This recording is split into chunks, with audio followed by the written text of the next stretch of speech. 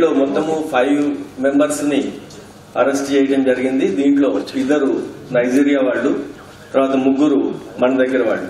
ఈ 5 అరెస్ట్ చేసిన తర్వాత వాళ్ళ దగ్గర 199 grams కోకైన్, తర్వాత నైజీరియా వాళ్ళ పాస్పోర్ట్స్, 2 2 వీలర్స్, 10 సెల్ ఫోన్స్ కూడా సీజ్ చేయడం జరిగింది. ఈ 5లో మనకి ఈ మొత్తము డ్రగ్ రాకెట్ నడిపే అతను డివైన్ ఎబుకా సుజీ అని అతను నైజీరియన్ అతను ఇప్పుడు ఇంకా పరారీలో ఉన్నాడు. అతని యొక్క మెయిన్ కీ అసోసియేట్ అనుహా బ్లెస్సింగ్ అని ఒక లేడీ, ఈమెను అరెస్ట్ చేయడం జరిగింది.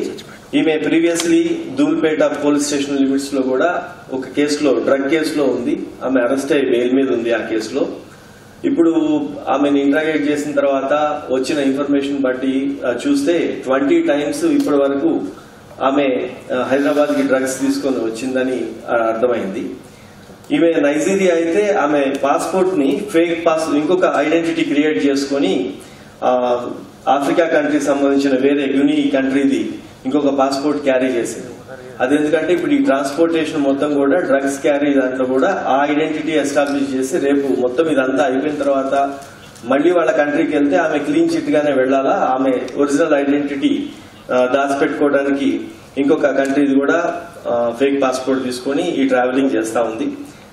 ఈమె ఇంతకు ముందు ధూల్పేటలో ఉండటం, కేసులో ఉండటం, డ్రగ్ కేసులో, తర్వాత ఫ్రీక్వెంట్ గా హైదరాబాద్ నుంచి బయటకి నైజీరియా కంట్రీస్ కి అటు తిరగటంతో వీళ్ళ మీద ఫస్ట్ అనుమానం రావటం, తర్వాత వాళ్ళ అసోసియేట్స్ ఎవరు, వాళ్ళ డ్రగ్ పెడ్లర్స్ ఎవరు, తర్వాత కన్స్యూమర్స్ ఎవరు, ఇదంతా ఒక నెట్వర్క్ లాగా తీసుకొని ఆ రిలయబుల్ ఇన్ఫర్మేషన్ ని Telangana narcotic bureau, anti narcotic bureau నుంచి మనకి రావటం, మేమందరము దీని మీద వాచ్ పెడితే ఫైనల్ గా వీళ్ళందరూ అసెంబ్ల్ అయినప్పుడు ఈ రైడ్ రియలైజ్ అయింది.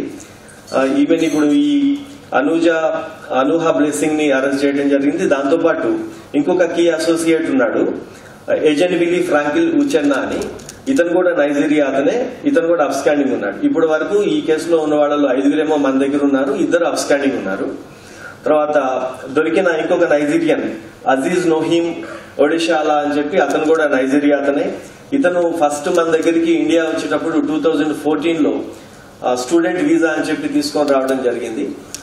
ఉస్మానియా యూనివర్సిటీలో మనకి డీడీ పే చేసేటప్పుడు దాన్ని కూడా ఫేక్ డీడీ